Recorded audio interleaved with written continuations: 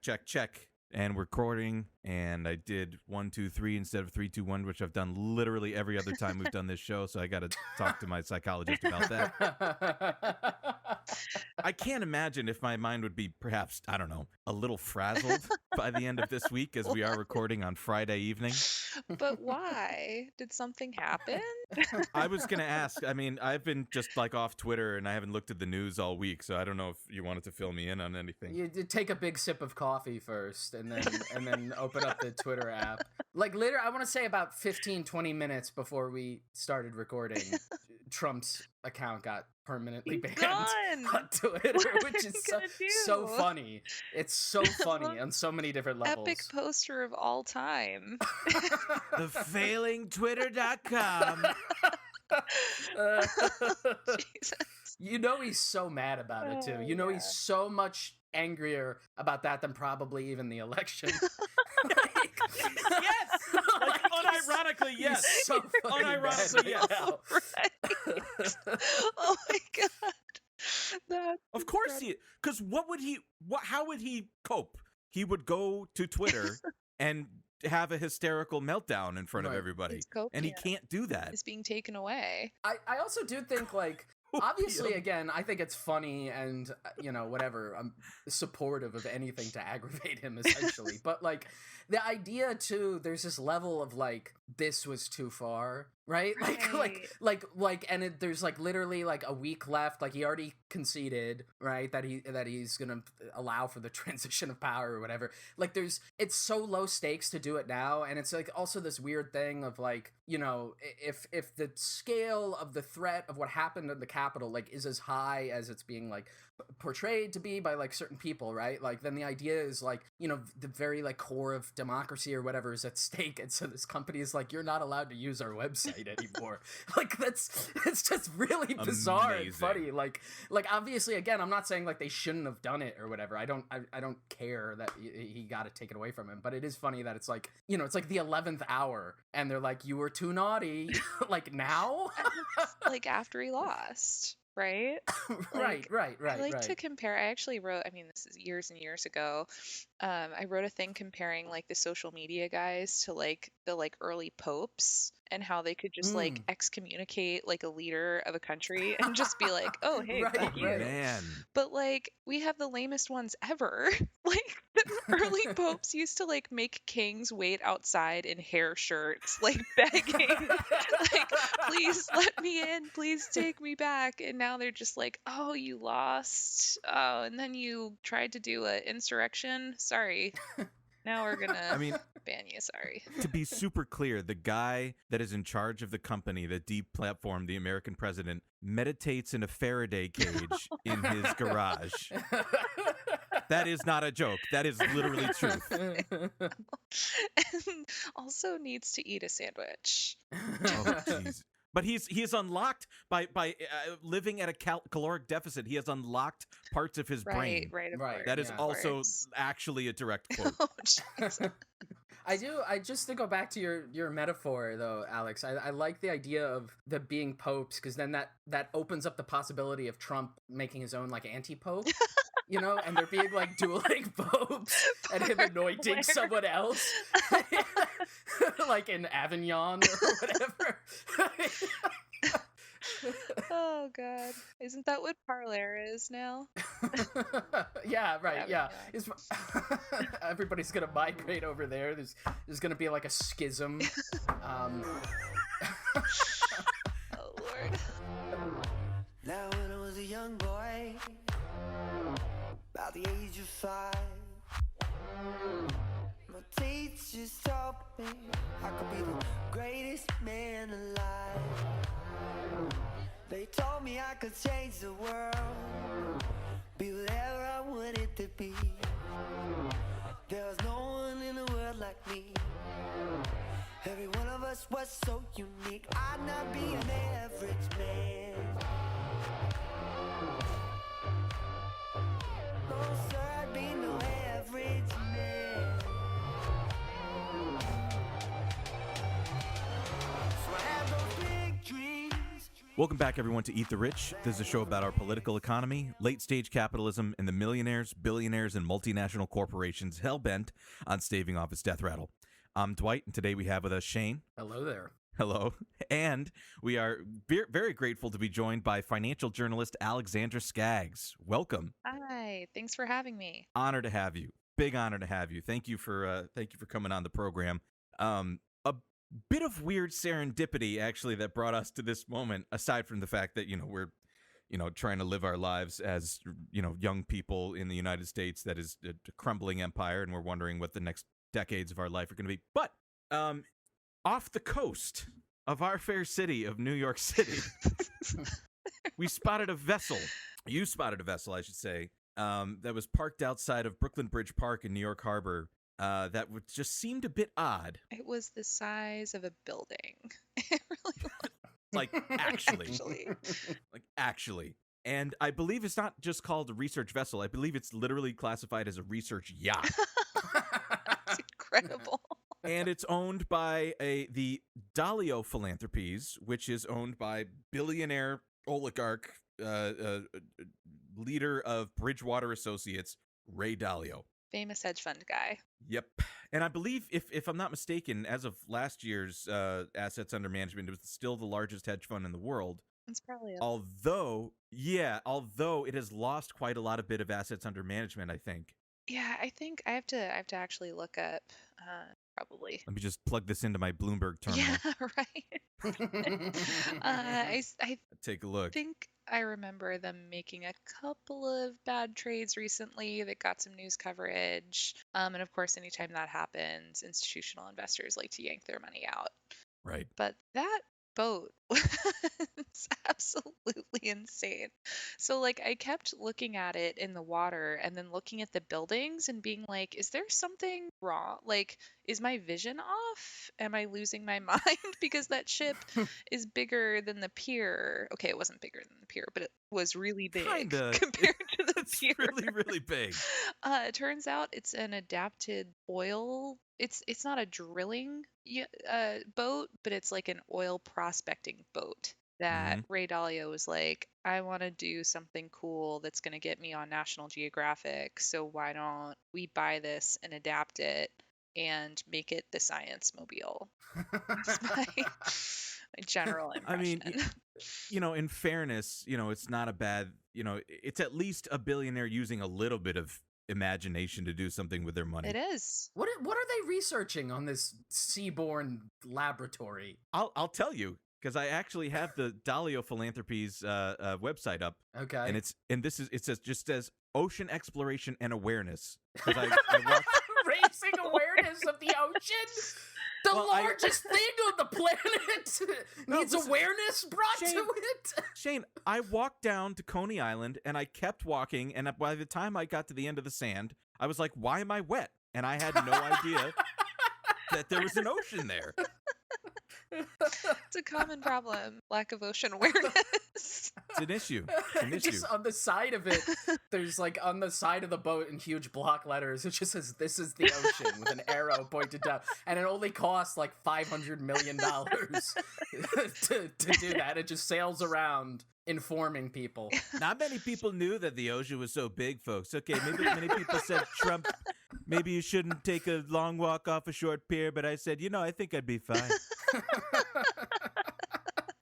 It actually, so it says here on the website, and actually I was mentioning before we were recording that a young enterprising individual by the name of Dwight actually called the Dalio Philanthropies that day trying to fish, because it felt so weird. A part of it was maybe because I was feeling very kind of like, this was, it's just a weird time at the post-election, and there was still just a lot of civil unrest and turmoil and stuff like that. And I was just like, are they just invading our cities now? Like, who gives the right for this guy for this billionaire to just bring in this enormous Titanic of research into our town? And it was just sitting there in the middle of the channel. Like, it wasn't like docked for most of the time. It just was like sitting there, and like the ferries had to go around it. And I was like, is this a PR stunt? Because I'd be pretty pissed off if I was on a ferry or a ferry driver and had to steer around some asshole's like, science lab.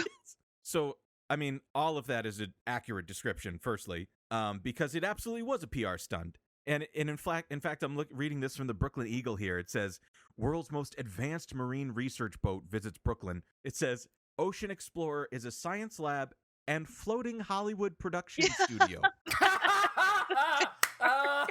Of course. Well, Of course. they're gonna bring James Cameron on their Yes. trips with them. Yes. Right. So- right. It says the ship, dubbed Ocean Explorer, is both an advanced research and science lab and a floating Hollywood media production studio, and will make it possible to stream groundbreaking scientific news to audiences worldwide. It says, fresh off a mission in the Red Sea where the Ocean X team studied climate change resilient, quote, super corals, they made a brief pit stop in Brooklyn before leaving for the Caribbean, where they will begin filming a new television series co-produced by Ocean X, BBC Studios, and James Cameron for National Geographic. There you go. Yeah. Yep. I like the idea of the vessel, you know, the stated purpose of the vessel or whatever, to do research related to climate change. And I would also like to know what fuels the boat. And if it's just like a giant carbon death cloud moving in and out of like the That's right. last remaining coral reef. It's got a helicopter on it, on Oh, just like good. the front deck, which is funny Right. because when it's on the ship, it looks like a toy helicopter. I'm really, I can't get over how big this fucking Seriously. ship is. But helicopters, everyone knows, are notoriously climate friendly, right? Oh, yeah. Everybody knows it. Yeah. And Yeah. You turn off the engine and it just glides right down. And interestingly, I think I've closed the the tab already, but I was able to find the vessel on one of my favorite websites, marinetraffic.com, and it's in fact in the extremely important research area right now of the West Palm Beach Marina. No, I promise it's there right now. Incredible. I 100% promise that's exactly where it is Made right the now. time down there. Just took a I week. know. Well, you gotta get the more fuel so you can get there faster, because everyone wants Right. to get to West Palm Beach faster. Exactly. Right, yeah. Next No one stop, wants to sit here. Cozumel and like Yes. the Cayman Islands. Very important stations of research. Yeah, I mean, it says here at the bottom of their website, thus far, and this is, I think, an important kind of topic and theme that we'd like to discuss today, which is about like billionaire philanthropy, and what exactly is this?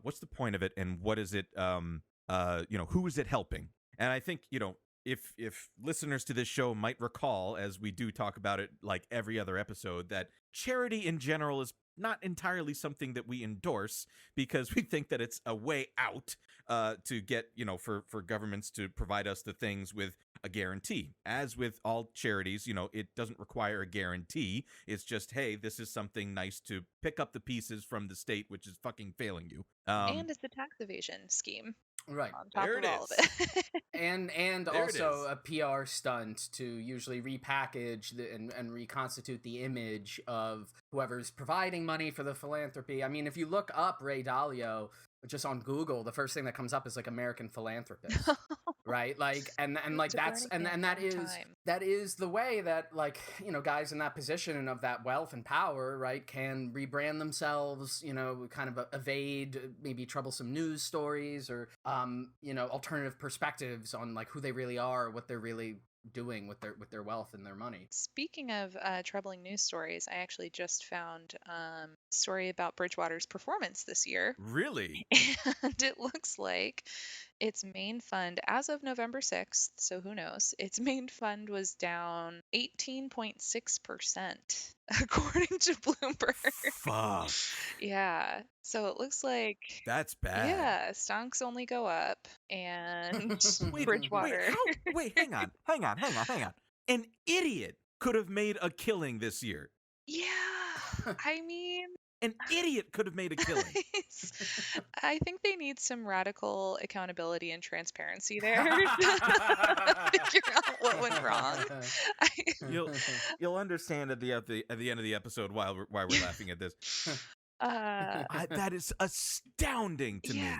I mean, for the record too, like, this was heralded as being one of the funds that I think made a 9% return in 2008. Yeah. So like, Is that yeah, well, their whole thing was they like make big macro trades on like the spread between like the Japanese government bond and like US dollar Argentinian bonds. And I mean, you're probably asleep by now just listening to it, but the thing is like I'm peak stimulation. I know, it's super exciting.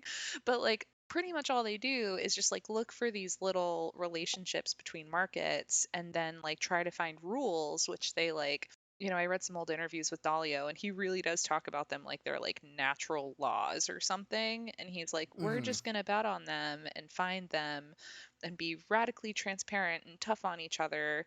And that's how we're going to be the best hedge fund in the world, which like, I don't know. Again, not certain how that would have played out in as a rule if they've lost 19% this year. Could be wrong. I know. And the thing is, like, I mean, I really wonder about like what it was, like what specifically the bet was that went wrong, because they just talk about like, oh, we're just like tweaking our computer models. It was just an issue with our, machines. But like Dalio himself is the one who is talking so much about like, oh, you need like a real strong macro view of this. And he actually wrote a piece last year about like the coming class war and how he's like really scared and like something needs to change. Good. Yeah, right. But it's so funny because like I actually think that like having a class analysis this year is like kind of helpful in looking at markets, because like you could guess like, oh, maybe the pandemic isn't going to crush the stock market because maybe the institutions in power in the United States don't really care about people enough to sort of shut the whole thing down and kill the stock market. Right. Amazing. Just just thinking. But like Dalio clearly wasn't betting that. I mean, I don't mean to kind of cut to the chase, but I hope that in his mind, and for anybody else, that, obviously it's immoral to be a billionaire in the face of so much public suffering, but I hope what he envisions is like somebody sitting in a car outside of his office with like 3 glass bottles on his fingers going, Ray, come out to play, Ray. So maybe, Shane, it would be prudent to kind of give a little background on this guy and kind of how he came to be at this at the nexus of our program here. Yeah, sure. I mean, I'll say it very briefly because as I'll bring up later, I've read one of his books, I guess we'll call it, for this episode, and I'll go into more detail later.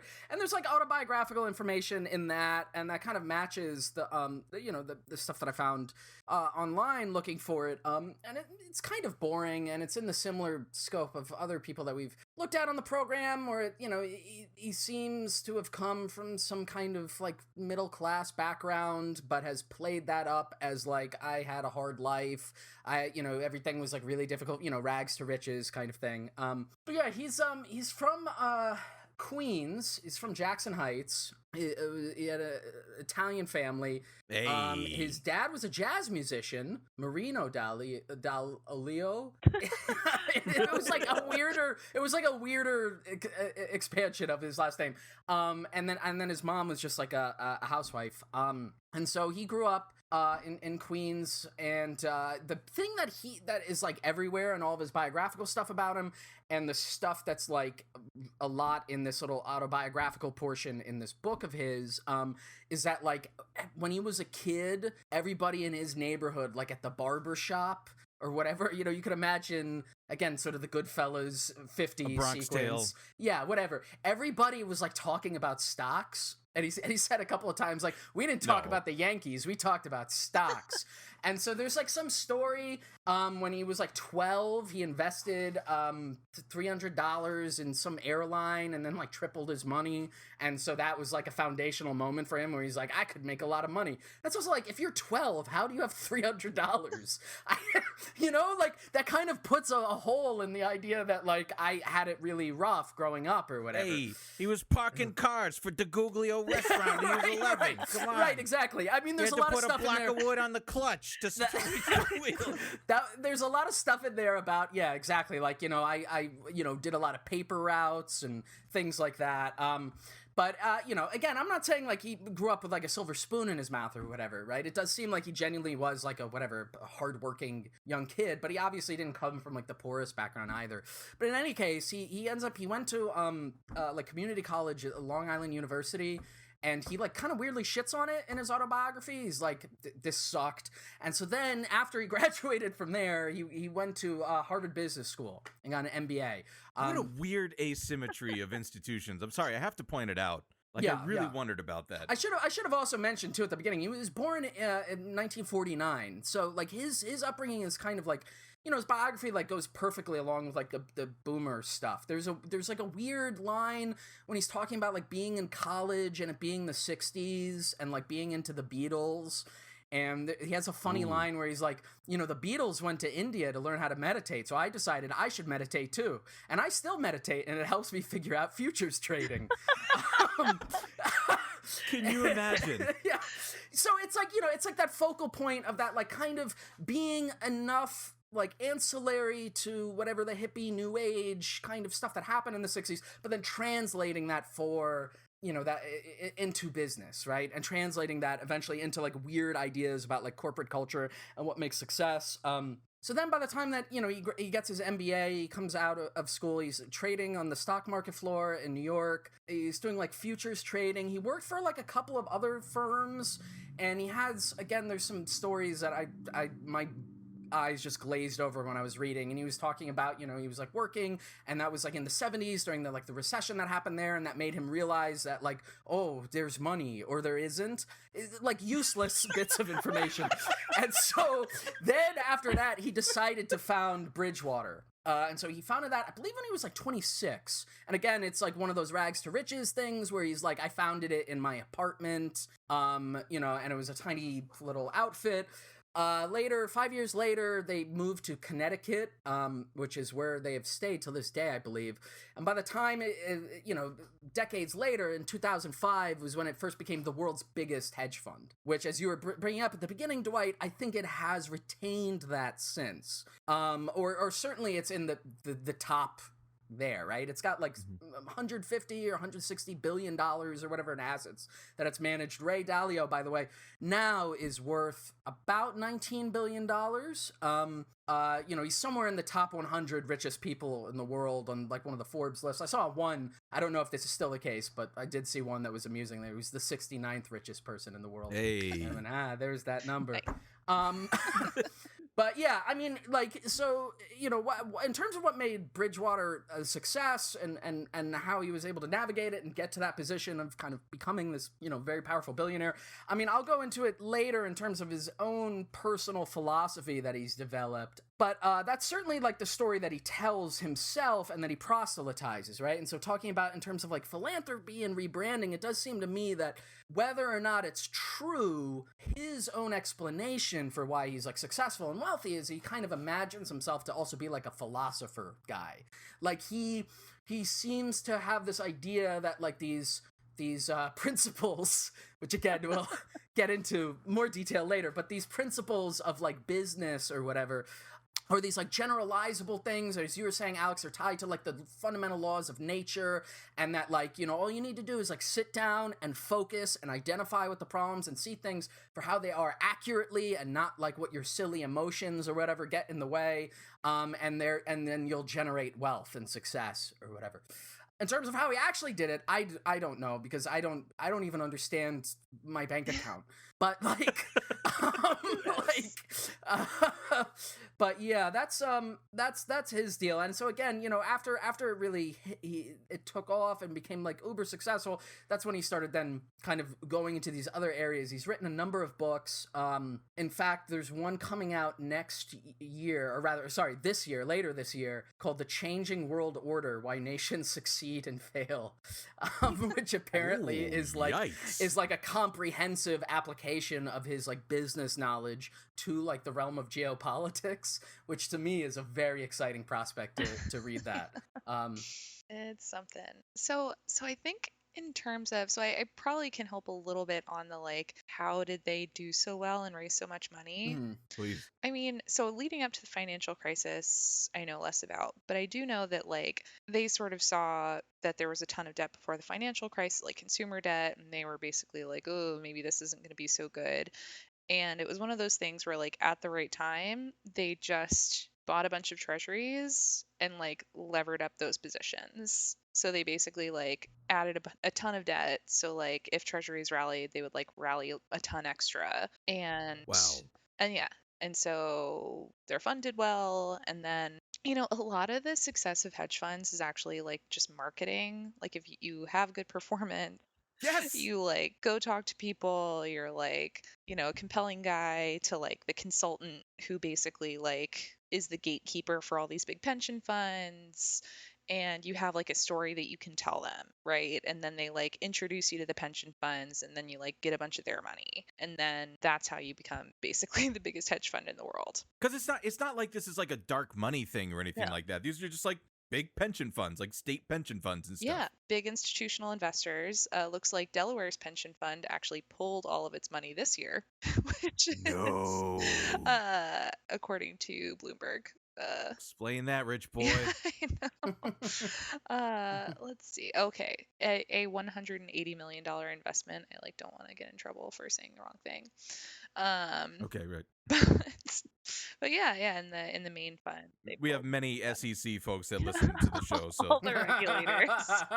yeah. Well, who knows? All the PR people who were hired along with the building of the Ocean Explorer. That's true. They gotta know. Who's to They gotta say? know.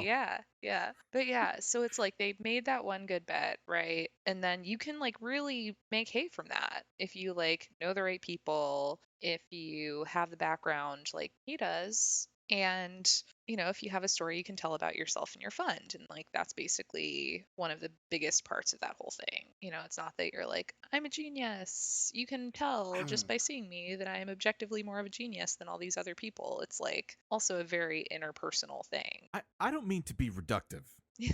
But if I was in charge of the purse strings of an entire, let's just say, state employees' retirement for the entire state, and I was basing the success or failure of their retirement on whether or not this dude who talks about how he wanted to go to India because George Harrison learned sitar or whatever, and that's the compelling thing that draws me to give him, like $200 million of my state employees' money. Maybe it's just me, but it seems like, I don't know, maybe a little not that difficult to do. Yeah, you have some questions. It seems like a Ponzi scheme. I mean, the way that you describe it, like the more people add money, the more people want to add money. Yeah. It's Yeah. funny you say Ponzi scheme. Not to say that Bridgewater is that, but This many isn't an Italian times, thing, is it? many times in his like book, he refers to like the internal structure of the company as a pyramid, and then like pyramids within pyramids, which is like really funny. Ray Dalio, Egyptologist confirmed. Well, that's a little. I don't remember that. That's also amazing. Yeah, no, but like when one of the funniest things is that like once, I mean, it's depending on like what kind of hedge fund you have. It's like kind of a well-known thing that like once your hedge fund gets big enough, people can like tell when you're doing things in the markets and like bet against you. And so like accumulating a ton of assets if you're a fund manager can actually be a bad thing, depending on like where you're managing money and stuff like that, because sometimes it's really good. Right. So like it's one of the things where you can be really good at fundraising and then like actually not that great at your job. It's also just funny. Like I'm just reminded of like the kind of barriers to entry to get into that industry, which is like, ostensibly what they purport is to be, the smartest people in the world to be figuring this stuff out. And I just don't know. And sometimes you just need like I just like imagining him as like the 1950s or 60s version of like a Wall Street bets guy. Just Yep. like in the barber shop, like, what? Yep. GM is going to the moon. Come on, guys. Like, I just feel like there were so many like, I mean, it's so arbitrary, right? like Right. who succeeds and who doesn't, but like he's built this like extremely elaborate machine, he calls it, and Yes. definitely not a Yes. series of justifications, to like support his own success in his own mind. Right. We got to invest in Polaroid. Digital cameras are a fad. Well, I mean, like as you guys have said, you know, I mean, it is so arbitrary, and it is so kind of like personality based, and that you know, immediately runs against like the whole purported thing that he advocates, which is his sense of like logic and reason and the truth and objective reality, when it's obviously like so like sort of like feelings based, and like it's like about like intuition, right? And again, like a bunch of like random factors. And then at a certain point, it's like, yeah, if you're like already super rich, you get more money. That's not like a product of your psychological disposition or your like will to power. That's because you have money. Like, Right. Exactly. Well, I think this might be a good opportunity to talk about maybe kind of one of the eeriest, I think is a good word to describe it, the eeriest parts of actually working at Bridgewater, because I think I saw this, and I'm pretty sure that 20% of employees at Bridgewater leave within their first year. Mm-hmm. Yep. That's a stunning rate of attrition. I mean, like, from what I've heard of it, just imagine, you know, like when people do pressure interviews for jobs and they like try to like get under your skin and like mess with your head to like see how you respond to pressure. I've heard it's Mhm. just that, but like every day. Mm-hmm. Like that's just Yo. what they do. So, I mean, I think I remember, God, I don't even remember if maybe I had met somebody from Bridgewater at like a college job fair or something. Or maybe I was talking, because I've known some people that have worked for them. And I don't know that if they still work for them. People I've been out of touch with for years. This was maybe, decade ago or whatever. But I think I recall that it was like the most important thing. I think I talked to this recruiter because I was just like, oh, I know of this thing. These are the weird ones. and he said something along the fact of, we don't care what your major is.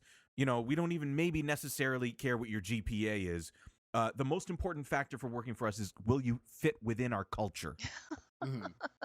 Famous last words. Which, I mean, now thinking about it, and this was probably pre-2008, so, everything was good, right? Everything was making money. Didn't matter what you did.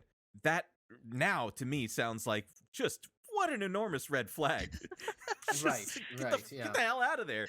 Run. But there was I think it'd be prudent to read a few paragraphs from this article, which was stunning to me, from the New Yorker by John Cassidy about it's titled "Mastering the Machine: How Ray Dalio Built the World's Richest and Strangest Hedge Fund." And I mean, basically, I'll read a few. I'll read a few paragraphs in this, but basically, it just sounds like he's a really good manager in terms of berating his employees and making them feel bad, belittling them in front of peers, and recording it. Oh yeah. And always. recording it. So let me, with your permission, I'll read a few paragraphs from this. It reads, Ray Dalio, the 61-year-old founder of Bridgewater Associates, the world's biggest hedge fund, is tall and somewhat gaunt, with an expressive lined face, gray blue eyes, and longish gray hair that he parts on the left side, when clearly it would have been better on the right side. When I met him earlier in his office on the outskirts of Westport, Connecticut, he was wearing an open-necked blue shirt, gray corduroy pants, and black leather boots. And this isn't published, but I think they wanted to move to Connecticut because they liked gingham. He looked a bit like an aging member of a British progressive rock group. After a few pleasantries, he grabbed a thick briefing book and shepherded me into a large conference room where his firm was holding what he described as its weekly What's Going On in the World meeting. And again, I think that's kind of important to point out because it seems like their kind of investment philosophy is just like these weird geopolitical arbitrage things. I don't know if that's fair to say to the layman that doesn't know this stuff. So, I'm sorry, I love this. Of the 50 or so people present, most were clean-cut men in their 20s or 30s, and I think what this author really means in 2011 was white. Dalio sat down near the front of the room. A colleague began describing how the European Central Bank had just bought some Greek bonds from investors at a discount to their face value. a move that the speaker described as a possible precursor to an overall restructuring of Greece's vast debts. And I don't know history too much, but I think everything turned out fine with Greece. Dalio interrupted him. He said, "Here's where you're being imprecise," and then explained at length what a proper debt restructuring would entail, dismissing the European Central Bank's move as an exercise in, quote, kicking it down the road. And, for those that maybe have not had experience in, a corporate setting, if the founder of the company that you're working for publicly says to you that here's where you're being imprecise, what it really means is, you fucking idiot, you're nothing, you're shit, you don't even belong here. I'm just going to skip this one part, but I'm going to go down here a little bit. And it says, the discussion in the conference room moved on to Spain, the United Kingdom, and China, where, during the previous week, the central bank had raised interest rates in an attempt to slow inflation. Dalio said that the Chinese economy was in danger of overheating, and somebody asked how a Chinese slowdown would affect the price of oil and other commodities. Greg Jensen, Bridgewater's co-chief executive and co-chief investment officer, who's 36, can you imagine that, said he thought even a stuttering of China would still grow fast enough to push world commodity prices forward. Dalio asked for another opinion. From the back of the room, a young man dressed in a black sweatshirt started saying that a Chinese slowdown could have a big effect on global supply and demand, which, thank God he's paid $1 million a year, because I could have never come up with that. It's big for supply and demand. Oh, yeah. No, you got to know the supply and demand. That's the big part. That's what you got to know. One goes up, the other goes down. Come on. I said in the barbershop in Manhattan. Dalio cut him off. Are you going to answer me knowledgeably, or are you going to give me a guess? Can you imagine? Lord. This is really funny. This guy choked so hard. He says, the young man, who I will call Jack, said he would hazard an educated guess. Don't do that, Dalio said. You have a tendency to do this. We've talked about this before. Oh my God. Can you imagine a billionaire talking to you like that? Only if I worked for him. This is how they get to be billionaires. Just treat everyone like shit. Everyone's like, Right, well, I right. guess I better give you money now. That's what's so funny. It's like, I really think that, like, chief executives, really the only thing that they have to kind of calculate, because the apparatus is going to work the way that it's designed to work. In a company, you have structures. People are working hard. That's what people do, right? But I think as a chief executive, all you really have to do is just kind of choose how harsh you're going to be. Yeah. Mm-hmm. And I think, I'm sorry, you were saying something, Alex? Oh, I was going to say, so Matt Levine from Bloomberg has a really good bit about this. And it's basically just that Bridgewater has a lot of really good computers that figure out those relationships between markets. And that gives Dalio and the other executives enough time to come up with these elaborate, I don't know, shaming and hazing rituals for each other and their employees. Wow. And it's just a whole big culture built on just a few really nice computers that they built 20 years ago. Right. I need a minute to digest that, Alex. It's a good bit. That really describes nearly everything. We could stop this show. That's just that's it. You know what I'm saying?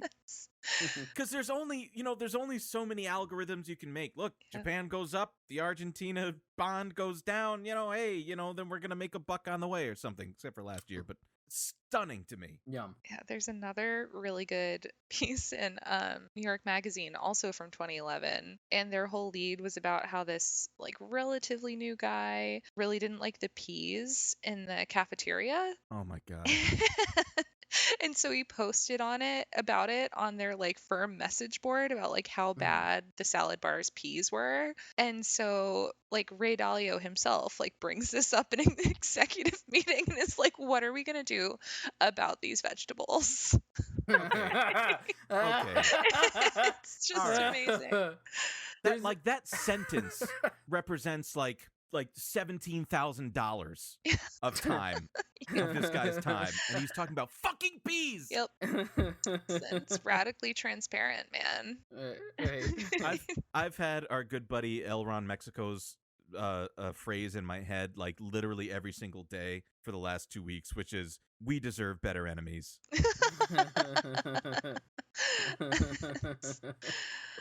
You know, there's a part in the book where he says like something along the lines of like when you're trying to identify problems, right? They're like, I mean, it's entirely contradictory, but it says different things at different times. Well, one of the things is like when you're looking at a problem, right? You know, sometimes something very small can actually be really important, and so maybe that was what he brought to the peas thing. Even though peas are quite tiny, maybe they represent a greater corporate rot within the structure, and somebody has to be taken to task for these goddamn peas.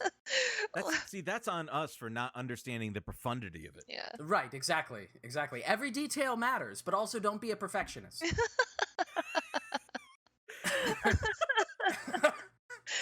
That's literally what it says in the book.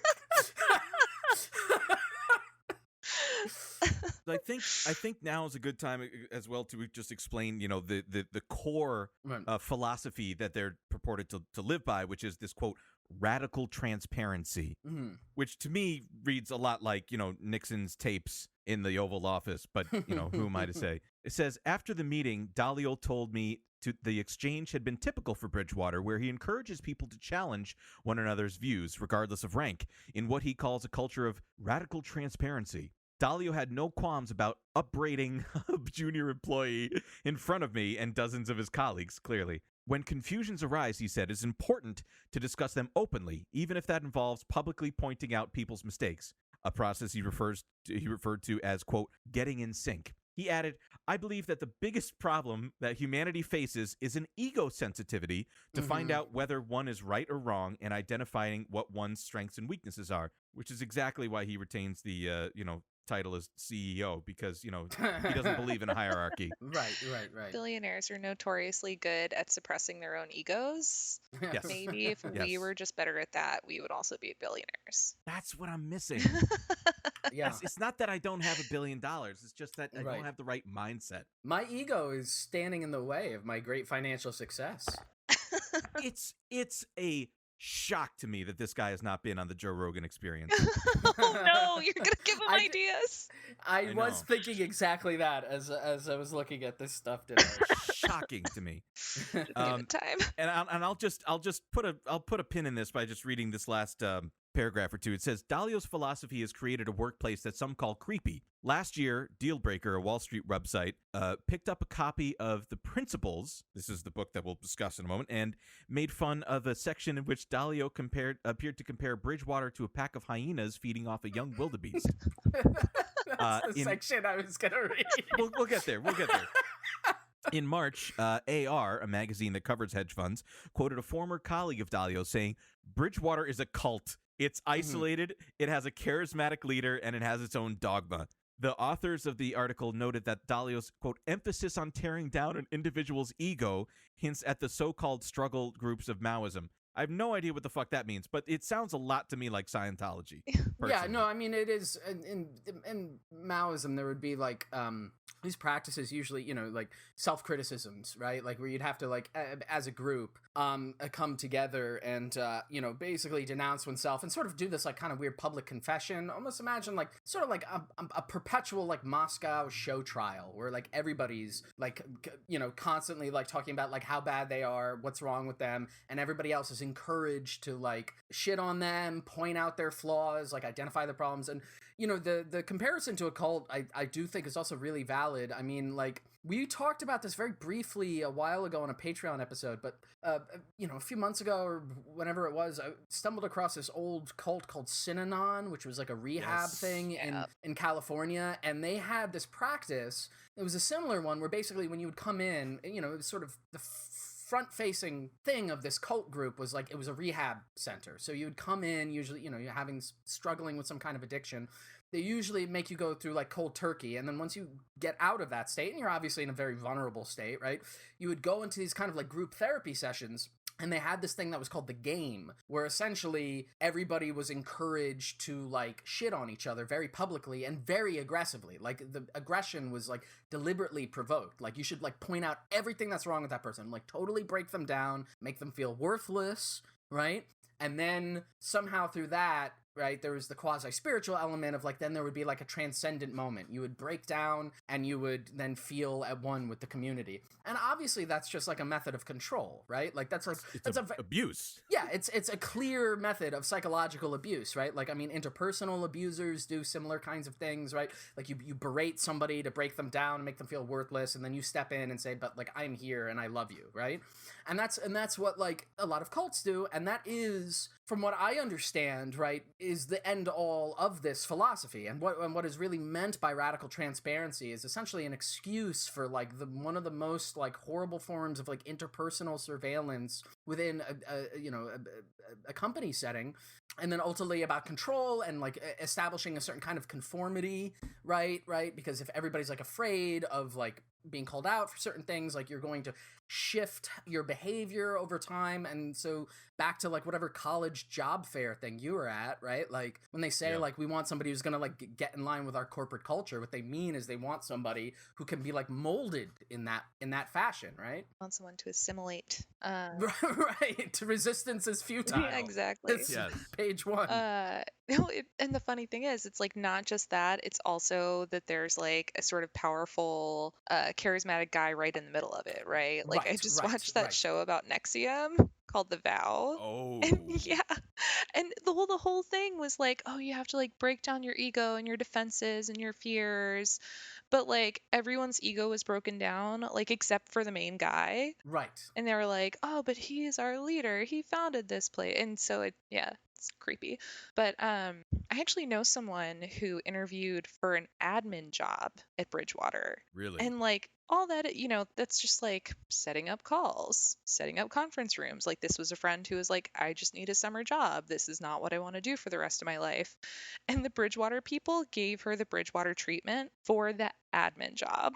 Mm-hmm. She was like, why would I work for you? What do they want? I guess they want Like- to be able to yell at their receptionists. Like, Exactly. Yeah. I mean, like you have to be like Spetsnaz to be able to get like just like trained torture techniques. Right, like right. be able to get through a fucking interview with them. What's the point for like $60,000 a year? yeah. I mean, it also creates the illusion or the sense, right, that this is like a highly exclusive club, right? And so like going through that kind of ritualistic hazing or enduring that abuse is seen as like a kind of like badge of honor, right? Like this is, I can take this now. I'm part of this like elite group. I'm part of a special community that somehow is better than others, right? Like again, it's a classic kind of like cult thing. And to that point, and I thought that this was just also a thing before we start talking about the book principles, because I think that's just like absolutely fascinating.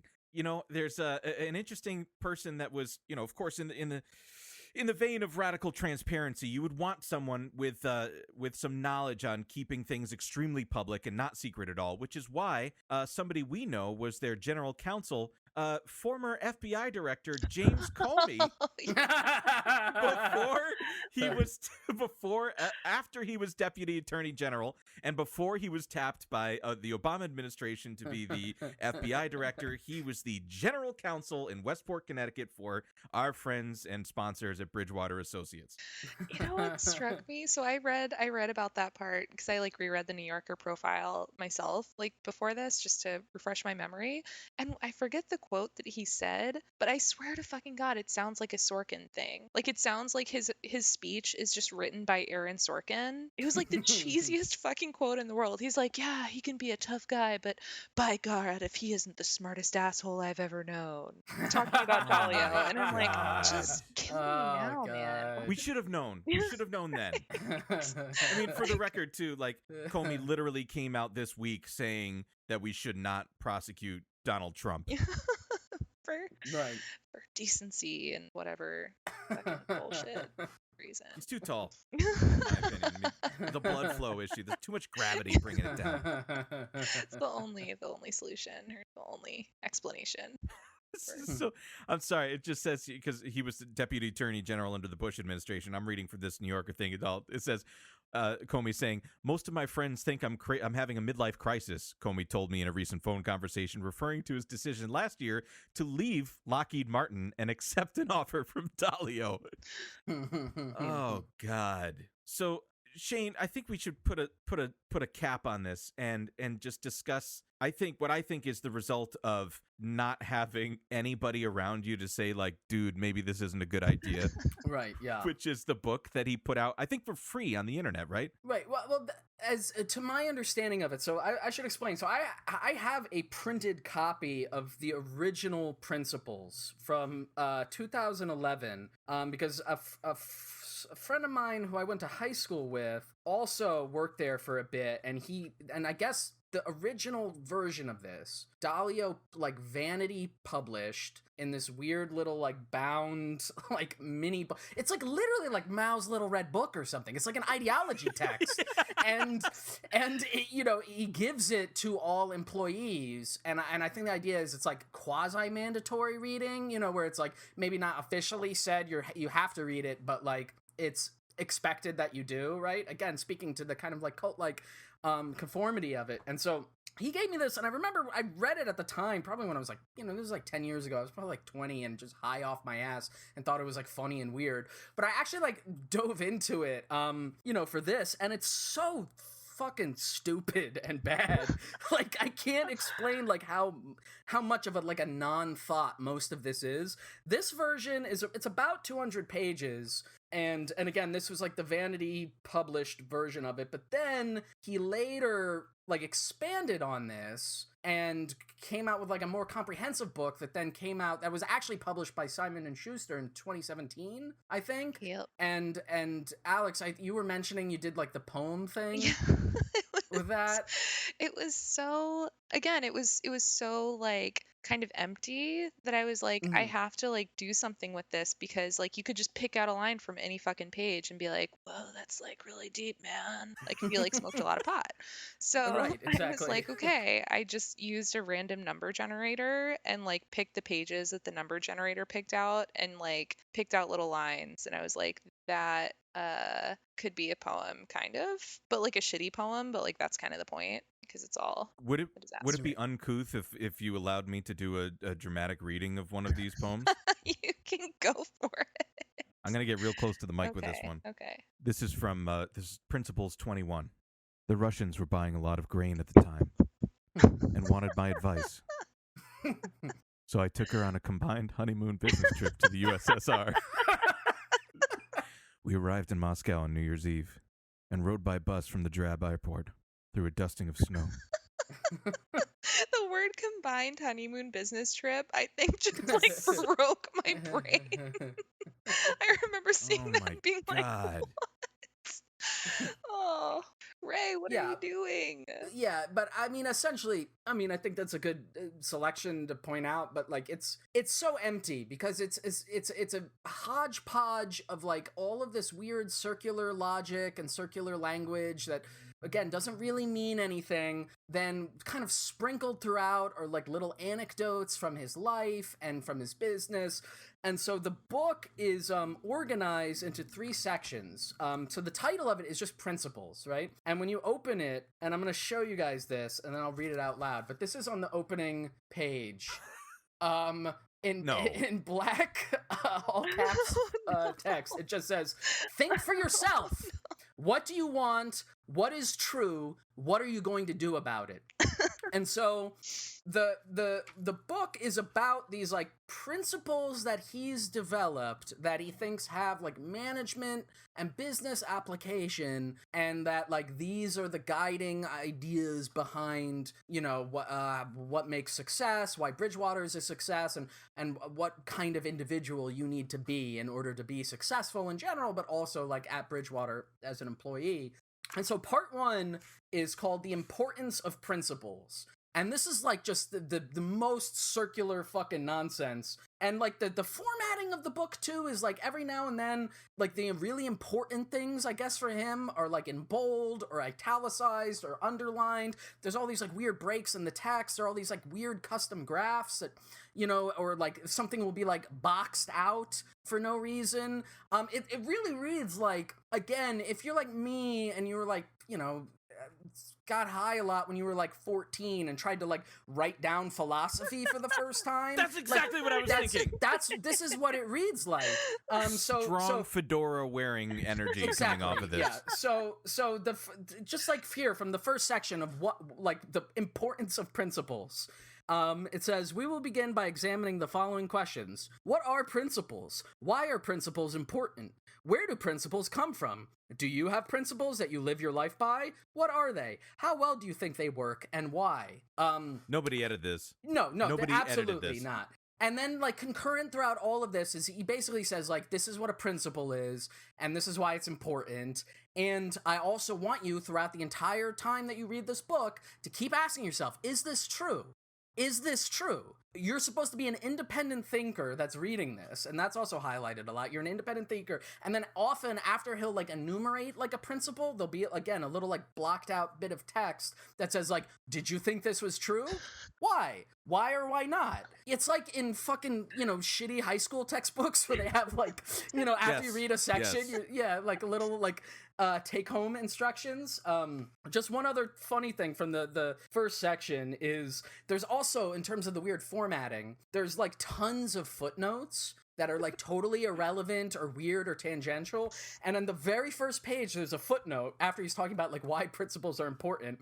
And it says, quote, I wish everyone wrote down their principles. I wish I could read and compare the principles of all the people I'm interested in. Steve Jobs, Albert Einstein, people running for political office, people I share my life with, etc. I'd like to know what they value most. And, like, to me, what's funny there is, like, when he's like, like the most important people, like Steve Jobs and Albert Einstein. It's like what an idiot would think of in terms of, like, smart people. You know what I mean? It's like dumb guys' philosophy, sort of, in that way. Like who's a smartso? Oh, I wished I knew Galileo's inner thoughts, and also Elon Musk. It's like moronic. I'm telling you, it's countdown till he goes on Rogan. Yeah, right, exactly. It's gonna happen. And the other thing that this made me think of, and in terms of like the language of radical transparency and when this came out, according to him, like the internal story of it is that like in the 90s at some point, a bunch of his top level managers like sent him a memo that was like, this is what you're doing wrong, Ray. And as a result, he was like, wow, that's profound. Criticism? We should do it all the time. And so that was like sort of the thing that spurned this. But the other thing that I kept thinking about in reading through this, and as you'll see in some of the language here, is sort of like the quantified self movement and the weird combination of like new age and techno babble stuff about like openness and transparency, but also here like the idea of like everything has to be rigorously documented.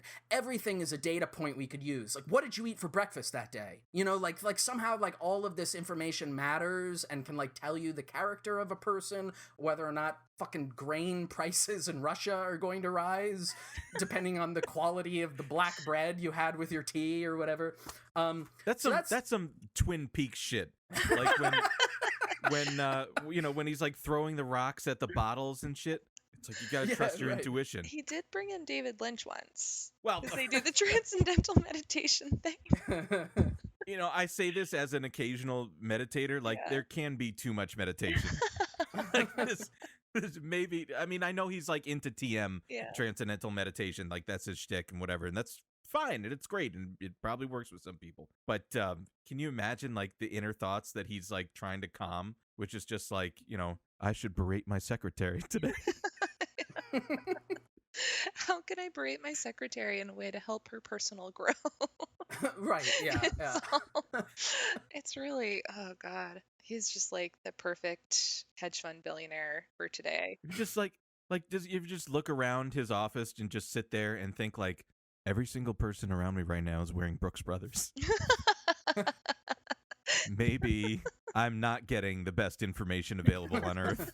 But that's the sick thing too, is that they also like one of their part of their business model is a subscription to like an information service where it's called like the daily something or other, where it's like, every day you get like a briefing, the Bridgewater, and it's probably costs like $90,000 a year for a license of it or something like that. I to listen to this guy. Oh my God.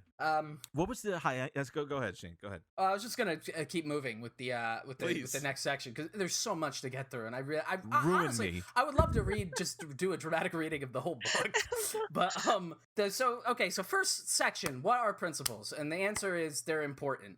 Second section, second section is his life principles, and this is where like most of the autobiographical stuff comes out.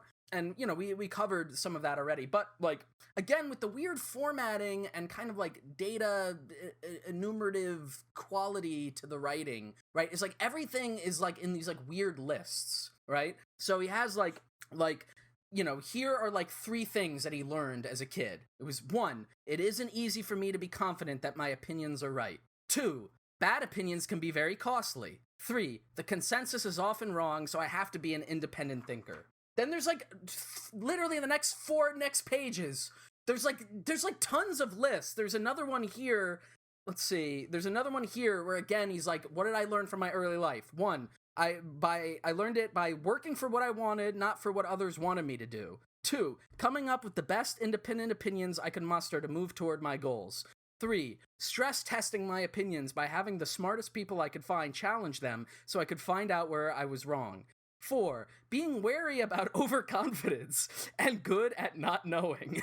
And 5, You wrote a book? Wrestling with reality, experiencing the results of my decisions, and reflecting on what I did to produce them so I could improve. There's some weird, like, self-flagellation sort of shit with this. Yeah. There's another thing that comes up a lot that I probably won't read, but he like, because he keeps talking about like the need to do self-criticism, but the main thing that he criticizes himself for is not having like rote memory for personal stuff. That's it. Like, he keeps saying, like, my biggest fault is I can't remember, like, day-to-day shit. But I surround myself with people who do remember stuff. So that's how I overcome that. Like, you could pay to have fucking iRobot, like, just follow him, telling him to, like, zip his fly or whatever he thinks he forgets. In that section, too, what he says, he's like, so how did I overcome this? Number 1, I have people around me who can remember stuff. And number 2, I have a BlackBerry. Genius. Nobody could have thought to have a fucking smartphone to like manage your meetings or whatever. So a lot of this again is just like circular bullshit. There's the like stuff about I was so poor as a kid, but I was so smart because I did investments. There's the stuff about going to school, the weird like shitting on public education. But here's like a pretty solid chunk that I think is actually quite revealing, and it speaks to this weird faux like humility that someone like Dalio has, and a lot of these other self-styled like philosopher billionaire guys have. So this is a section. This is again a sub footnote, which is most of the page, and this is him talking about like how he actually doesn't care about having money. And so where should I start here? And listen to like how this evolves and where this goes. Okay? So he's talking about he doesn't care about having money. And he says, quote, "That's because for me, the best things in life, meaningful work, meaningful relationships, interesting experiences, good food, sleep, music, ideas, sex, and other basic needs and pleasures, are not past a certain point materially improved upon by having a lot of money. For me, money has always been very important to the point that I could have these basics covered and never very important beyond that. That doesn't mean I don't think that having more is good. It's just that I don't think it's a big deal. So while I spend money on some very expensive things that cost multiples relative to the more fundamental things, these expensive things have never brought me much enjoyment relative to the much cheaper, more fundamental things. They were just like cherries on the cake. For my taste, if I had to choose, I'd rather be a backpacker who is exploring the world with little money than a big income earner who is in a job I don't enjoy. Though being in a job that provides me with what I want is best of all, for me. Also, from having next to nothing to having a lot, I have developed a strong belief that, all things being equal, offering equal opportunity is fundamental to being good, while handing out money to capable people that weakens their need to get stronger and contribute to society is bad." So, again, to parse that just, and you can tell in that big chunk, just like how dog shit it's written too, just like grammatically. But to parse that, what he's saying is, I don't care about having money, although I like having a lot of money. You don't need money to be happy, although I like being rich. And giving money to people like weakens their initiative. It's an argument against like, you know, it's the basic kind of conservative argument against like welfare or whatever, right? It's like if you give people a handout, they're not going to want it. It's said in a little bit more like erudite and confusing language, but that's the principle. The principle is I'm rich, bitch. That's it. There's no fucking underlying philosophy to that. Because I have money and I don't want to spend it on you. I don't care about my money, but don't take it. Right, exactly. If you don't care, if you want to be a fucking backpacker, then go do it. There are Be the so into the many wild people. guy who died like 10 miles away from a road. Who gives a shit? That's an option for you, dude. Go sail on your yacht into the Antarctic then. It's You in don't West have Palm to do Beach. this. It's lovely this time of year. Check their He could feed. remediate. He could remediate Flint's water supply 345 times over. Yes. But then what about their initiative? Right, They would- exactly. Yeah, they wouldn't Don't find you out want their to own dig a well? solution. Don't you want to dig a well? My self-criticism for the day is I drank too much lead. Thank you, Mr. Dalio. My problems are solved. So speaking to these weird, you know, obviously that's where like the weird kind of like meta political narrative stuff comes in. But, I make your skin really pale. Like he's just going for radical transparency in human right. humanity. To become radically transparent. We want to be like those fish that only live in caves and they're blind. Right. They've never seen sunlight. Okay, so well, speaking of evolution, here I wanted to get to this. This is also in his. These are like just his personal beliefs. We haven't even gotten to like how any of this directly applies to like how to run the fucking company, right? These are just his like beliefs based on his experience of being a stockbroker, whatever, you know, that the most profound. Close enough. Like if you were like a fucking yogi, maybe I would accept any of this as okay. These are like, you know, some of it is whatever, you know, self-evident truths, things about like, you know, be honest with yourself or whatever. And then the rest of it is all just babble. But as we've talked about a number of times, he's really obsessed with like evolution and like nature and stuff. And so I wanted to read this bit because it's such an amazing thing, because this also combines then with his obsession with the idea of truth. And like, look how quickly a discussion of nature turns into this, makes this really dramatic turn into like moral relativism about like the nature of reality. But so here he's talking about nature, right? And he says, "Its perfection and brilliance staggers me. When I think about all the flying machines, swimming machines, and billions of other systems that nature created, from the microscopic level to the cosmic level, and how they interact with one another to make a workable whole that evolves through time and through multi-dimensions, my breath is taken away. It seems to me that, in relation to nature, man has the intelligence of a mold growing on an apple. Man can't even make a mosquito, let alone scratch the surface of understanding the universe. Though how nature works is way beyond man's ability to comprehend, I have found that observing how nature works often offers innumerable lessons that can help us understand the realities that affect us. That is because, though man is unique, he is part of nature and subject to most of the same laws of nature that affect other species. For example, I have found that by looking at what is rewarded and punished, and why universally, in nature as well as in humanity, I've been able to learn more about what is good and bad than by listening to most people's views about good and bad. It seems to me that what most people call good and bad typically reflects their particular group's preferences. The Taliban's definitions are different than Americans." What? What? So within the space of like 3 sentences, we go from like the scale of the cosmos is amazing to like Taliban says this, America says this. Who can say what's good or bad? This book dedicated to the brave Mujahideen.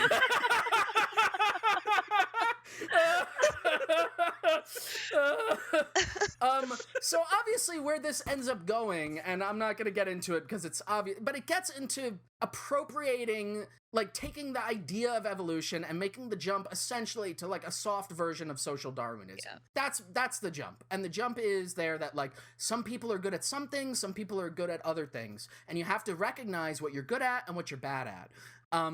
If I could just say just one thing in the beginning of that insane diatribe, he said humans can't make a mosquito. Yes. And I think what he's trying to like get at is like, you know, even something as small and as not complex in nature relatively as a mosquito, you know, we can't even make one. But I think what he may fail to realize is that, and again, I'm not a reproductive scientist, but I can actually make another human, which is actually quite many times more complex than a mosquito. But Mr. Dalio, please, you're very much smarter than I am. It would be funny if that turns out to be what they're doing on the research yacht. They're just spending like $1 billion trying to make a mosquito so he can be like, ha! I am God! Next time we come into New York Harbor and go on CBS this morning, you better fucking believe we got a mosquito. But yeah, I mean, all of this talk about evolution and the law of nature, it ultimately becomes this weird thing that is just about justifying hierarchies. I mean, it's about as intellectually valuable as like the Jordan Peterson look at lobsters bullshit, right? Yep. It's like, that's essentially it. And then, I mean, just like, again, for more like flavor in this book, like after that section, right, where he's like, now you have to know, like, what's wrong about you. You have to understand, and you have to be honest with yourself about what's wrong about you. There's just like a series of equations written. And so I'll just give an example of one. And they're right in the middle of the page. Again, visually, it's like, it's going to be hard to understand over the podcast, but they're literally like, they're broken out, centered in the middle of the page in like bold text. And this one just says, reality plus dreams plus determination equals a successful life. We got ourselves a Wittgenstein What? here. There's another one that says, pain plus reflection equals progress.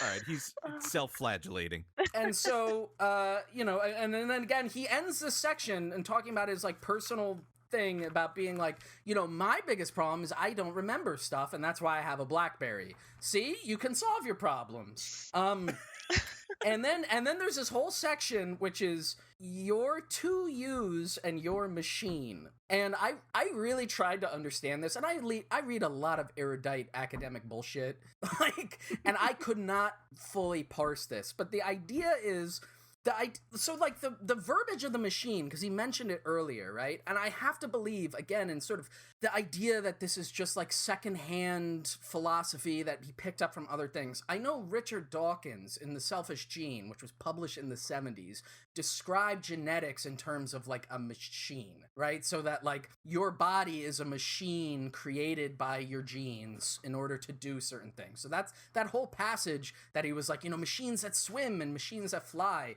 Like, I remember watching some weird experimental musical opera by Steve Reich with Richard Dawkins talking about genetic machines over. And again, when I was 15 and on acid, I was like, wow, that's amazing. Yep. But again, so now he's trying to apply it both in terms of like your interpersonal relationships, but also your like organizational structure, but also you are the machine. And so again, there's this graph where it just says like goals go to machine go to outcomes goes back into machine and into goals, and then from machine come design and people. And again, I'm gonna show this to you guys, and we'll make the second one a the image for the thing. That's not any diagram. But so here's the first diagram, and then when he's talking about it being like as a person, he draws the diagram again and puts a smiley face on top of it. Shane, I so thought it looks you like drew a that. fucking person. You didn't draw that? No, I did not draw that. That's in the book. He made like a stick figure man out of his graph. And so, you know, then the rest of it, again, is like, there are all these, like, enumerated things. He's got a 5-step process to get what you want out of life. Again, I think, Alex, you might have mentioned this, or maybe Dwight, when you were talking about that piece, like, he says here, like, the biggest mistake most people make is to not see themselves and others objectively, right? And so that's the whole premise, is that, like, logic must reign supreme. You have to be able to look at yourself, destroy your own ego, really address yourself, and be able to do that to others without any emotion. Be able to look at somebody and be like, what are your flaws? And then eventually when he gets to like how to actually communicate this, the whole idea is you're supposed to communicate it directly. So you should never be like polite or nice or tell white lies. Like that's all bullshit and bad and keeping you from success. If somebody's bad at emails, you have to go up to them, point at them and be like, you are bad at emails. You are very bad at it. And because of that, you can no longer do emails. Like that's essentially then how any of this applies to the corporate structure. So anyway, that's his personal fundamental beliefs, and then eventually it gets to the real meat and potatoes of the book, which is his management principles. And there's 210 of these. And so I'm not going to How is it a principle then? bother you, all of you. But again, it's like, it feels like he wanted to be like, I have all of these ideas, but most of them are either like the same idea, kind of reiterated, or there's a lot of these that are contradictory, right? Like the first principle is trust in truth. And then the second principle is realize that you have nothing to fear from truth. Fourth principle, be extremely open. Sixth principle, be radically transparent. Seventh principle, don't tolerate dishonesty. It's like the same idea, just again, like repeated endlessly. I'll just pull out maybe a selection of these because we're getting there on time. But one of the things is like I think Dwight, you mentioned this. Like, there's this idea he has of like getting in sync. Yeah. And he talks about it a lot. So principle number 20 is constantly get in sync. 21, constantly get in sync about what is true and what to do about it. 22, talk about is it true and does it make sense? 23, fight for right. Then 24 has like 8 sub-principles, but one of them is don't have anything to do with closed-minded, inexperienced people. So suppressive persons are bad. You want to get rid of them. But then also, principle 30, don't treat all opinions as equally valuable. A hierarchy of merit is not only consistent with a meritocracy of ideas, but is essential for it. So listen to everybody, be true to everybody, but know who's a fucking idiot, and call them an idiot, and don't listen to their ideas. I wonder, in his own internal corporate structure, who's on top of that hierarchy of meritocracy. I suppose it might be the man who enumerated these wonderful principles. Here's one in, this is principle 33, subsection E. It just says 1 + 1 = 3. Oh my god. Those are true principles. There's a bunch of stuff in here about hiring people, and it's like, you know, make sure when you hire people, find out what they're good at, yell at them, then have them interview you, and have them radically tell you what's wrong with you. So if you go to an interview at Bridgewater, you're expected to like shit on the person who's interviewing you, I guess. I would give anything to do that. There's got to be some kind of sitcom to be written about somebody who goes in and it's just like, you guys are all fucking idiots who are just justifying your own wealth, and then gets hired for like $2 million. Like, we must have you. Everyone loves Raymond. Oh, okay. This is the one I wanted to bring up when you brought up the peas anecdote. So this is towards the end. This is principle 198. Remember the 80-20 rule and know what the key 20% is. I think the idea is there's that 20% of information is important and 80% isn't. Again, unclear. No, okay. It doesn't even matter. Go on. Okay, then principle 199, distinguish the important things from the unimportant things and deal with the important things first. And then A, don't be a perfectionist. B, since 80% of the juice can be gotten with the first 20% of the squeezing, there are relatively few, typically less than 5, important things to consider in making a decision. C, watch out for detail anxiety. D, don't mistake small things for unimportant things, because some small things can be very important. So, don't be a perfectionist, but pay attention to all detail, and make sure that even the smallest details are accounted for, but don't make that lose sight of what's really important, which is all the small details. It's just circular, it's babble, it's nothing. Has he never touched a lemon? 20% of the squeeze gets 80% of the juice? Is that Everybody knows that. Has he ever touched a Everybody lemon? down at the barbershop where I grew up in Queens used to say, listen, Ray, when you squeeze the lemon, all right, yeah, so you mix that with some lye, you can really get blood out of these fucking napkins for us. And then the very last one, I'll just say, principle 210 is don't try to please everyone. Which I gotta say, he succeeded. He did it. He did it. I can't help but like react, especially to the like look at everyone objectively thing, and especially kind of given the let's just say, it's not a great term for it, but like the lack of wokeness or whatever. I think that this is like 2 or 3 degrees away from what could end up being interpreted as something that's like really racist. Because I think if we learn anything, is that we need to think of things more subjectively, if at all, than objectively. Because I think, there's God, I'm trying to remember what this was, but there was like it's not important, but like I was saying in the beginning of that article from 2011, when you look around the room and there's mostly, quote, clean cut men. I really think that what that translates into is white. Remember there was like a very specific time, like especially kind of like right around then, where all kind of like finance dudes wore those Brooks Brothers sweaters, but like they didn't come to a lapel. They just kind of, there was just like a zipper that came to a V that came up to. You remember those sweaters that were like very popular for like finance dudes? Like that's what I imagine that boardroom looking like. Sure.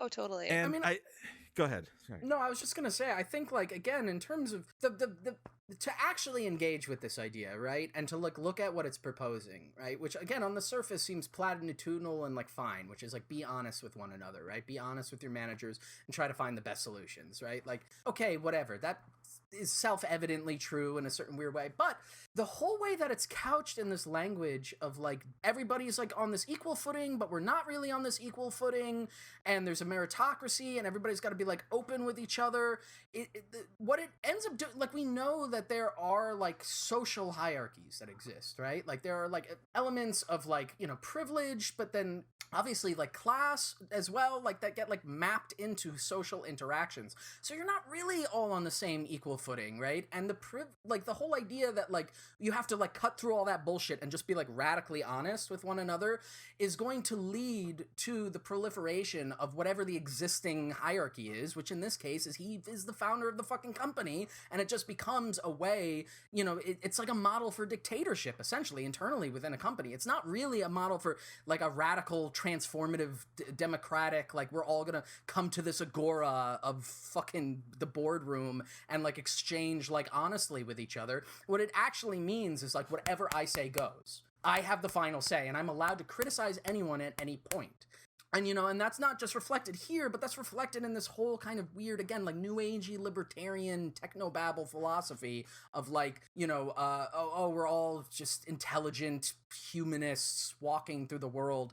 And again, that obviously, like, especially when you talk about like issues of like race and gender, right? Like who the fuck gets left out of the conversation when you do that, right? Like who gets painted as like, oh, you're being emotional, right? Like you're not engaging with this logically. You're not really like looking at your own like faults or whatever. And then it also becomes a way to shield oneself against any actual criticism of like being a fucking asshole, right? It's like, oh, I'm not being an asshole. I'm not creating a toxic work environment. I'm being honest with you about what your faults are every day that you come to work, like constantly. Like it's horrible. It's abusive. Like in the best reading of it, it's abusive. Yeah, and well, it's like a microcosm of like, I just feel like there's so much like finance, like capitalist ideology, just like all tied up in that, And it's funny because he makes like gestures towards like teaching basic lessons, like maybe don't bullshit people constantly, but like that's it. That's the only lesson. And also like it not, because what you were talking about with the hierarchy, right? Like it not only reinforces it, it accelerates it through this sort of like no holds barred competition that he's setting up with his own rules, and then saying like, listen, it's just the cream rising to the top. It's a natural process, okay?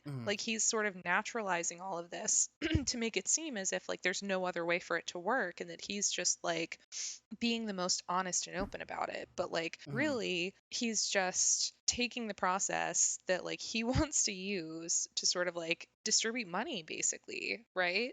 And like pretending like it's gravity, which is like exactly the way that markets work. And it's like all of these people sort of with these arbitrary privileges and responsibilities sort of being like, well, it's just science, sorry, we can't do it any other way.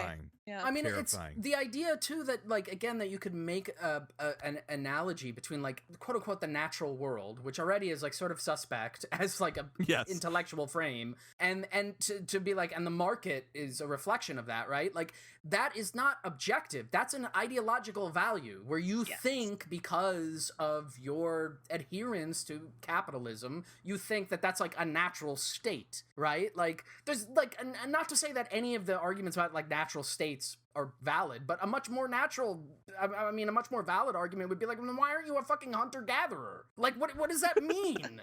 Like, I'm sure like he what like you're- wants to be though. I'm sure Oh, he's yeah, one of those right. guys. I would prefer to be a hunter-gatherer and collect my berries and hunt deer, but unfortunately I'm forced to live on my super yacht and sail around the world. What a shame. Yeah, he's just the most radically transparent of all of us.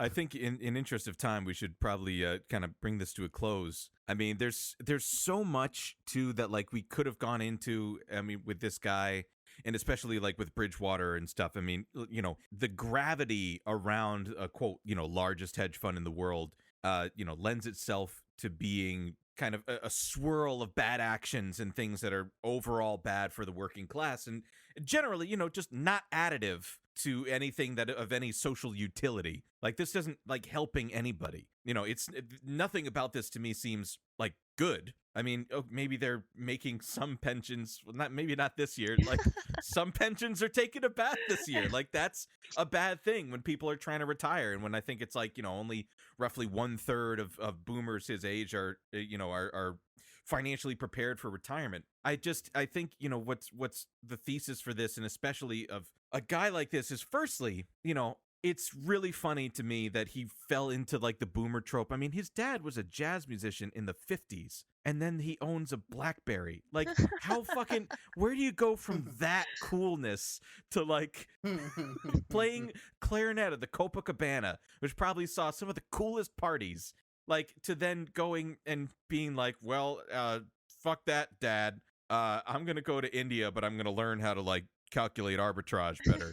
Like, of all things, I mean, well, you know, things that we didn't talk about, and you know, we can address this maybe in a later episode or Patreon or something like that. Is like, you know, he's given $100 billion to his friends, you know, in state of Connecticut as this quote kind of public-private partnership for public schools, which is insane.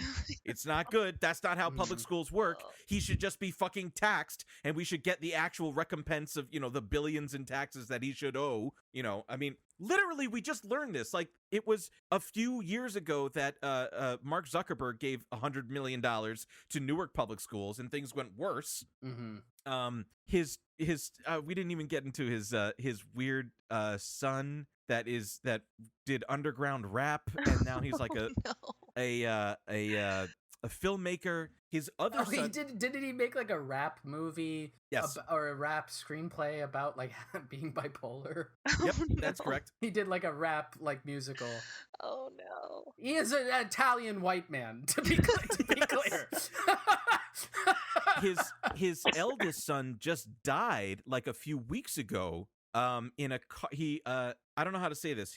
He drove a car into the Greenwich, Connecticut Verizon store, and it exploded. Wow. And he died at age 42. Wow. Like a high-speed crash into a Verizon store, and he's dead. I don't know. I mean, I don't know what to glean from that, really. It's just, you know, wow.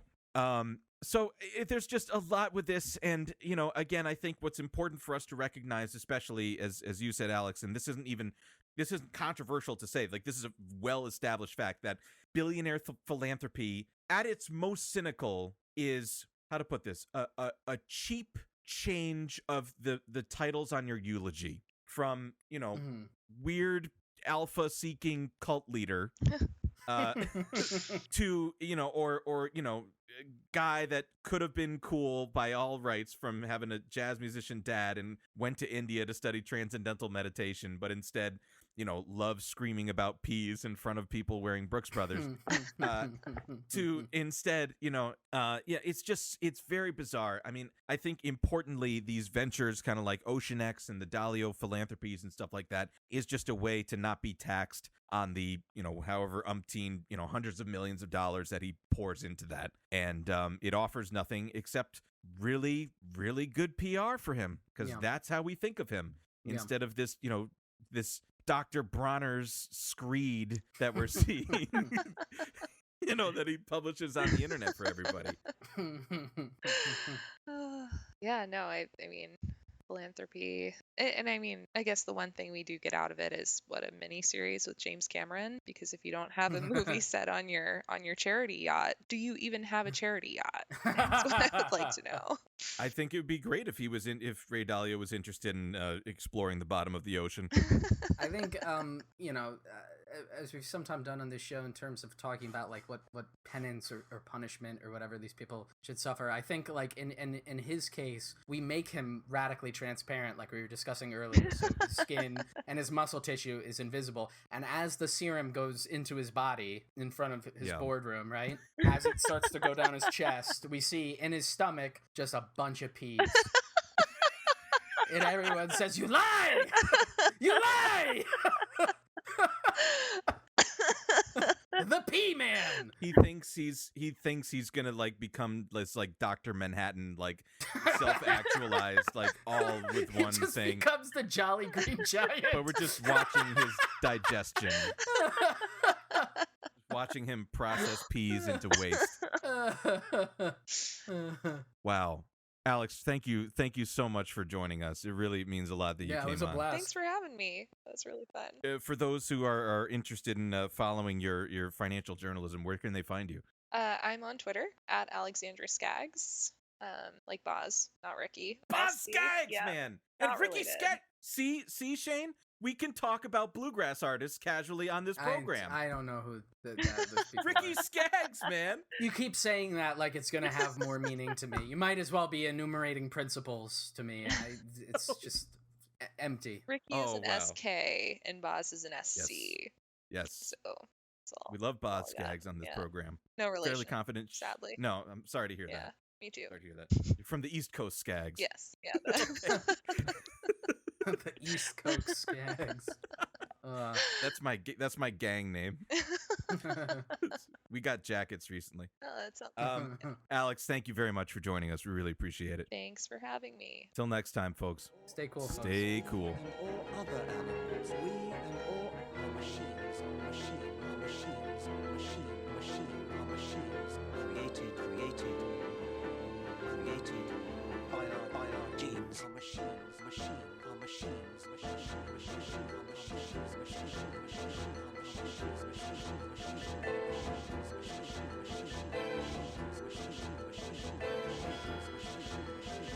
When Marvin Minsky said, the mind is a meat machine, people freaked.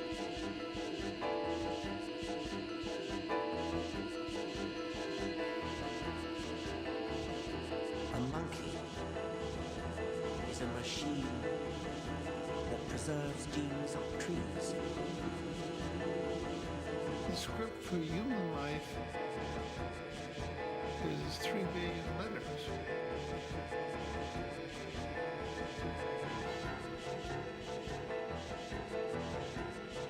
It doesn't seem so frightening anymore.